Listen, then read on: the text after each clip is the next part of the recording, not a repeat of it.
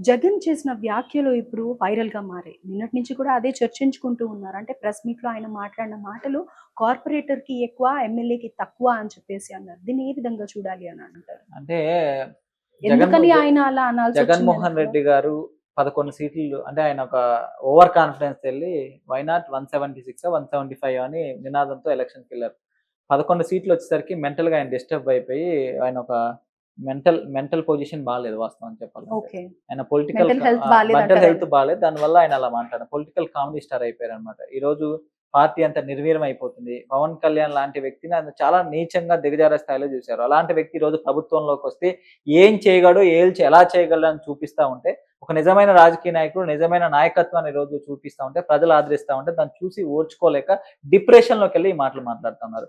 ఒక ముఖ్యమంత్రిగా చేసిన వ్యక్తి, ఈరోజు ప్రతిపక్ష స్థానాన్ని కావాలని కొట్లాడుతున్న వ్యక్తి, కావాలని చిన్న పిల్లోల్లాగా ఆహ్, ఏడుస్తున్న వ్యక్తి, ఈరోజు ఆలోచించుకోవాలి. మన భాష ఏ విధంగా ఉండాలి. ఆయన ఒక డిప్యూటీ సీఎం. సరే నువ్వు ఒప్పుకున్నా, ఒప్పుకోకపోయినా ప్రజలు ఆయనకు ఓట్లేసి, ప్రజలు ఒక 21కి 21 స్థానాలిచ్చి అంటే 21 స్థానాల్లో పోటీకి 21 స్థానాలిచ్చి, ఆయన్నే ఒక స్థానంలో కూర్చోబెట్టినప్పుడు నువ్వు ఆ చైర్‌కి నిన్ను ఏమడిగారు? పలానా ఒక ఉప ముఖ్యమంత్రి గారు మీ విషయంలో ఇదన్నారు. ఈ అంశాలు నువ్వు దానికి సమాధానం చెప్పు. దానికి సమాధానం చెప్పకుండా కార్పొరేటర్‌కి ఎక్కువ, ఎమ్మెల్యే‌కి తక్కువ అంటే నువ్వు రాజశేఖర్ రెడ్డి కొడుకు కాకపోయుంటే నువ్వు దేనికి పనికిరావు. హ్మ్. నువ్వు రాజశేఖర్ రెడ్డి కొడుకు అవ్వకపోయుంటే నువ్వు కార్పొరేటర్ కాదు కదా! ఊర్లో వార్డ్ మెంబర్‌కి కూడా పనికిరావు. నువ్వు అది గుర్తుంచుకో. కానీ పవన్ కళ్యాణ్ గారు అనే వ్యక్తి ప్రజారాజ్యం ఫెయిల్యూర్ తర్వాత రాజకీయాల్లోకొస్తే నీ అన్నలాగా నువ్వు కూడా పార్టీ అమ్ముతావు అనే ఒక నెగెటివ్ ఫీలింగ్‌తో రాజకీయాల్లోకొస్తే 2019లో దారుణమైన పరిస్థితులు ఓడిపోతే అయినప్పటికీ 5 సంవత్సరాలు ప్రజల కోసం పోరాడి ఈరోజు 21కి 21 సీట్లు గెలుచుకొని నీకు 11 సీట్లు వస్తే ఆయనకి 21 సీట్లు వచ్చినాయి. సో నేను 40,000 మెజారిటీ వస్తే ఆయనకి 70,000 మెజారిటీ వచ్చింది. సో ఆయన నీకన్నా బెటర్ పొజిషన్‌లో ఉన్నారు. దానంతటిని పక్కన తీసి పెడితే ప్రజలకు మంచి చేయాలనే నిబద్ధతతో, నిజాయితీతో పనిచేసే వ్యక్తి పవన్ కళ్యాణ్ గారు. ప్రజలను అడ్డు పెట్టుకొని ఏ విధంగా దోచుకోవాలి, ఏ విధంగా రాజకీయాలు చేయాలి, ఏ రోజున అధికారం దక్కించుకోవాలనే వ్యక్తి నువ్వు. సో నీ మనస్తత్వానికి ఆయన మనస్తత్వం చాలా తేడా ఉంది. నువ్వెంత అరాచకంగా పరిపాలన చేసినావు, ఏ విధంగా ప్రజల్ని హింసించినావు, ఏ విధంగా మహిళల్ని హింసించినావు, ఏ విధంగా నీ ఇంట్లో ఉన్న తల్లిని, చెల్లిని కూడా హింసించిన నీ అధికారం కోసం ప్రజలందరూ చూస్తా ఉన్నారు.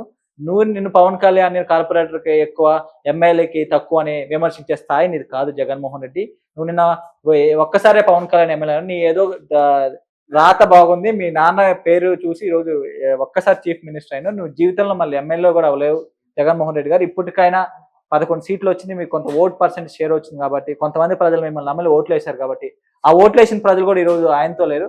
కానీ ఒక బాధ్యతాయుత వ్యక్తిగా పార్టీలో వాళ్ళు కూడా లేరు కదా! లేరు. మా బాధ్యతాయుత వ్యక్తిగా మసులుకొని ఆ 10% 20% ఓట్ షేర్ ఉండుంటది నీకిప్పుడు. ఎలక్షన్స్ 40% ఈరోజు అది కూడా పోయి ఉంటది. సో వాళ్ళ తరపున పోరాడే విధంగా బాధ్యతాయుతంగా ప్రవర్తిస్తే మంచిగా ఉంటదని ఈ సందర్భంగా హెచ్చరిస్తా ఉన్నాం. నీకు అంత సీన్ లేదు జగన్మోహన్ రెడ్డి. నువ్వు ఒక మెంటల్‌గా డిస్టర్బ్ అయ్యి మెంటల్‌గా మాట్లాడుతున్నావు. దయచేసి నువ్వు హెల్త్ కండిషన్ కూడా చూసుకొని ఖచ్చితంగా నువ్వు ఒకసారి హాస్పిటల్‌లో చూపించుకుంటే చాలా మంచిది. ఎందుకంటే నీకు పవన్ కళ్యాణ్ గారి మీద అసూయ, ద్వేషంతో నీకు ఎసిడిటీ పెరిగిపోయినట్టుంది. అసూయ, ద్వేషానికి మెంటల్ హెల్త్‌కి కూడా నీకు చాలా ఇబ్బందిగా ఉంది. డిస్టర్బ్ అయితున్నట్టున్నావు. సో ఖచ్చితంగా నువ్వు మెంటల్ హెల్త్ చూపించుకో. ఎట్లాగో నువ్వు అమరావతిలో గాని ఉండవు కాబట్టి బెంగుళూరులో ఏదైనా మంచి హాస్పిటల్ చూసి చూపించుకోవాలని తెలంగాణ జనసేన తరపున నేను ఆయనకి సూచిస్తాను. ఏమన్నా డబ్బులు ఆల్రెడీ ఆయన దగ్గర ఫుల్‌గా ఉన్నాయి. ఏమన్నా మాకు హెల్ప్ కావాలంటే డబ్బులు కూడా తెలంగాణ జనసేన నుంచి ఆయనకి చేస్తాం. ఏదైనా మెంటల్ హెల్త్‌కి సంబంధించి ఏదైనా ట్రీట్మెంట్ చేపించుకుంటాను. సో, ఓర్వలేనితనంతోనే ఇలాంటి కామెంట్స్ చేస్తున్నారు అని అంటారు. ఖచ్చితంగా ఓర్వలేనితనమే. ఎందుకంటే ఆయన ఒక పవన్ కళ్యాణ్ గారి నాయకుడికి ఏ రోజు చూడలేదు. కానీ ప్రజలందరికీ తెలుసు ఆయన నాయకత్వం గురించి. నీలాగా ఏదో దాన్నేమంటారు మేనేజ్‌మెంట్ సీట్ కాదు పవన్ కళ్యాణ్ గారు. మీ నాన్న బతికున్నప్పుడే నిన్ను ఎంపీ చేసిండు. మీ నాన్న పవర్‌లో ఉన్నప్పుడు వేల కోట్ల ఆస్తిని జమ చేసుకున్నావు. మీ నాన్న నువ్వు పవర్‌లో ఉన్నప్పుడే నీ వెనకాల మీడియాని పెట్టుకున్నావు. క్విడ్ ప్రోకో విధానంతో వేల కోట్ల డబ్బులు తెచ్చుకొని సాక్షిని నిలబెట్టుకున్నావు. ఈ అన్ని వనరులతో నువ్వు సీఎం అవ్వటం పెద్ద గొప్ప విశేషం కాదు. తర్వాత బైఫర్కేషన్ తర్వాత నువ్వు చేసిన దొంగ రాజకీయాలతో సీఎం అవ్వడం గొప్ప విషయం కాదు. ప్రజల నుంచి మాలాంటి నాయకుల్ని లీడర్లుగా నిల్చోబెట్టి ఈరోజు పవర్ సాధించిన, ప్రజల నుంచి ఓట్లు తెచ్చుకున్న జనసేన అధినేత పవన్ కళ్యాణ్ గారు నిజమైన రాజకీయ నాయకుడు, నిజమైన దమ్మున్నోడు. సరే నువ్వేదో ఒక్కసారి పవర్‌లోకి వస్తే గొప్ప అనుకుంటున్నావేమో. అది గొప్ప కాదు జగన్మోహన్ రెడ్డి గుర్తుంచుకో. సరే ఈసారి దమ్ముంటే మళ్ళీ పవర్‌లోకి వచ్చి ఒకసారి నిరూపించుకో. దొంగ రాజకీయాలు చేయకుండా, వ్యక్తిగత దూషణలు చేయకుండా, ఫ్యాక్షనిజం చేయకుండా, రౌడీయిజం చేయకుండా, డబ్బులు పంచకుండా, నీ మీడియాను ఉపయోగించి అసత్య ప్రచారాలు చేయకుండా నువ్వు పవర్‌లోకి రా. పవన్ కళ్యాణ్ గారు లెక్క అప్పుడు ఒప్పుకుంటాం. సో నేను ఇవన్నీ వేస్ట్ మాట్లాడుకొని ఎందుకంటే ఆయనకి ఇవన్నీ అర్థం కూడా కావు. ఎందుకంటే ఆయన మెంటల్ హెల్త్ బాలేదు. 100% ఆయన మెంటల్ హెల్త్ బాలేదు. ఆయన ఏదో ఒక పిచ్చి సంబంధించిన ఏదో వ్యాధితో బాధపడుతున్న విషయం అంతకుముందులో వచ్చింది. వాస్తవం. ఎందుకంటే ఆ వ్యాధి ఆయనకుంది. సో బెంగుళూరులో ఉంటాను కాబట్టి బెంగుళూరులో ఒక మంచి హాస్పిటల్ చూసి చూపించుకోవాలని ఈ సందర్భంగా నేను ఆయన కోరుతాను. వాళ్ళ రాజకీయ పార్టీలో నాయకులు కూడా నేను కోరుతాను. కొంతమంది మంచి మంచోళ్ళు కూడా ఉన్నారు. వేరే పార్టీలు చూసుకోండి. ఎందుకంటే మీకు నిజంగా ప్రజాసేవ చేయాలనే అవసరం ఉందిగా అనుకుంటే ఖచ్చితంగా ఆ పార్టీని వదిలేయండి. ఎందుకంటే ఆయన మెంటల్ హెల్త్ బాగాలేదు. ఇంకా ఆ పార్టీలో ఉన్న నాయకులు మాత్రం ఆయన్ని ఒప్పించి ఒక మంచి హాస్పిటల్‌కి తీసుకెళ్లాలని ఈ సందర్భంగా నేను కోరుతున్నాను. రైట్ అండి. సో, కుటుంబ పాలన ఉండదు అని చెప్పిన పవన్ కళ్యాణ్ గారు ఇప్పుడు నిన్న మొన్నటి వరకు చిరంజీవి గారికి ఒక సీట్ ఇస్తారని చెప్పి ఒక మంచి పొజిషన్‌లో కూర్చోబెడతారు అని విన్నాం. కానీ అది చిరంజీవి గారు ఒప్పుకోవట్లేదు అని చెప్పేసి అదైతే సైలెంట్ అయిపోయింది ఆ టాపిక్. కానీ ఇప్పుడు నాగబాబు గారి గురించి కూడా ఎమ్మెల్సీ ఇస్తారు, లేకపోతే ఇంకోటేదో ఇస్తారు, ఇంకో పొజిషన్ ఏదో ఇస్తారు అని చెప్పేసి మాట్లాడిన సందర్భంలో లేదు ఇవ్వట్లేదు అని కూడా కన్ఫర్మ్ చేసి ఆల్ ఆఫ్ ది సడన్ ఆయనకు కూడా ఒక పొజిషన్ అయితే ఇస్తూ ఉన్నారు.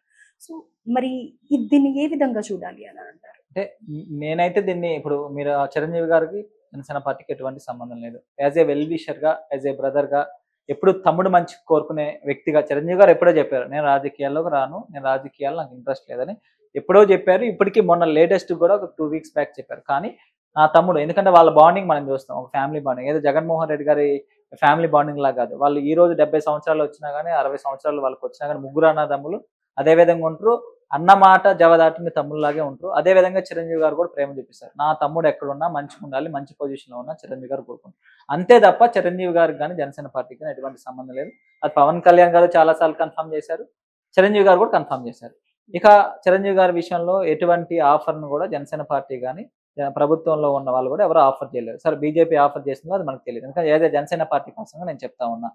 నాగబాబు గారి విషయంలో కుటుంబం అంటే ఖచ్చితంగా మేమందరం ఒప్పుకోం. ఆయన కుటుంబం అంటే జనసేన కుటుంబం గాని, మెగా ఫ్యామిలీ కుటుంబం. ఎందుకంటే గత 5 సంవత్సరాలు అంటే 2014 నుంచి 2019 వరకు ఒక ఫేజ్ అయితే 2019 తర్వాత ఒక చాలా క్రిటికల్ ఫేజ్. అసలు పార్టీ ఉంటదా? పోతదా? పార్టీ కలిపేస్తున్నారు. బీజేపీలో కలిపేస్తున్నారు. దాంట్లో కలిపేస్తున్నారు. ఒక సీటే వచ్చింది. 7% ఓట్ షేరే వచ్చింది. పవన్ కళ్యాణ్ రాజకీయాల్లో వదిలేసి వెళ్ళిపోతా ఉంటే ఆ మానసిక సంఘర్షణ ఏ విధంగా అనిపించినా మాకు తెలుసు. తెలంగాణలో గాని, ఆంధ్రాలో. ఇక తెలంగాణలో అయితే ఆంధ్రాలోనే పార్టీ లేదు. తెలంగాణలో మీరేం చేస్తార్రా భయ్ అనే ఒక ఈ విధంగా తీసుకొచ్చారు. అలాంటి పరిస్థితుల్లో మాతో పాటు పోరాడిన యాజ్ ఏ కార్యకర్తగా పోరాడిన వ్యక్తి నాగబాబు. గత 5 సంవత్సరాల నుంచి మా దగ్గర ఖమ్మం డిస్ట్రిక్ట్ కూడా వచ్చారు ఆయన 2 సార్లు పర్యటనకి. ప్రతి జిల్లా ఆయన ఆరోగ్యం సహకరించినా, సహకరించకపోయినా ఆయన వయసు కూడా దగ్గర దగ్గర 60 సంవత్సరాల పైన. మరి అలా ఆరోగ్యం సహకరించిన ఒక కార్యకర్తగా పనిచేశారు. అది ఒక ఎంతోమంది చేసిన వాళ్ళు కూడా ఉన్నారు కదా ఇంకా. నేను చెప్తున్నా మీకు అదే చెప్తాను. జనసేన పార్టీ రాష్ట్ర ప్రధాన కార్యదర్శిగా ఆయన ప్రతి ఒక్క జిల్లా తిరిగి పార్టీ ఆర్గనైజేషన్ చూసుకుని పార్టీకి అన్ని విధాలుగా చివరికి వాళ్ళ కొడుకు వరుణ్ తేజ్ కూడా బాబాయ్ అని కాకుండా ఆయన ఫండింగ్ ఇచ్చారు. ఈయన ఫండింగ్ ఇచ్చారు. సో ఇవన్నీ చూసినప్పుడు ఒక కార్యకర్తగా పార్టీ సముచిత స్థానం ఇవ్వడానికి కుటుంబ పాలన ఏ విధంగా చూస్తాం. మీరు ఇందాక అన్నారు. నేను చెప్తా ఉన్నా. మొన్న 21 మంది ఎమ్మెల్యేలు వచ్చారు. 21 మంది ఎమ్మెల్యేలు ఎవరైనా పవన్ కళ్యాణ్ గారి కుటుంబ సభ్యులు ఉన్నారా? నాలాంటి వ్యక్తులు చాలా మంది ఉన్నారు. చాలా మంది కామన్ మ్యాన్లు ఉన్నారు. మహిళలు ఉన్నారు. అన్ని వర్గాలు బడుగు బలహీన వర్గాలకు సంబంధించిన అన్ని కులాలకు సంబంధించిన వ్యక్తులు సామాన్య వ్యక్తులే ఉన్నారు. తర్వాత కార్పొరేషన్ చైర్మన్లు ఇచ్చారు. కార్పొరేషన్ చైర్మన్లు ఏమన్నా పవన్ కళ్యాణ్ గారి కుటుంబ సభ్యులు ఉన్నారా? మీ కార్పొరేషన్ చైర్మన్ లో ఎస్సీ మాల కార్పొరేషన్ చైర్మన్ పెదపూడి విజయ్ కుమార్ ఆయన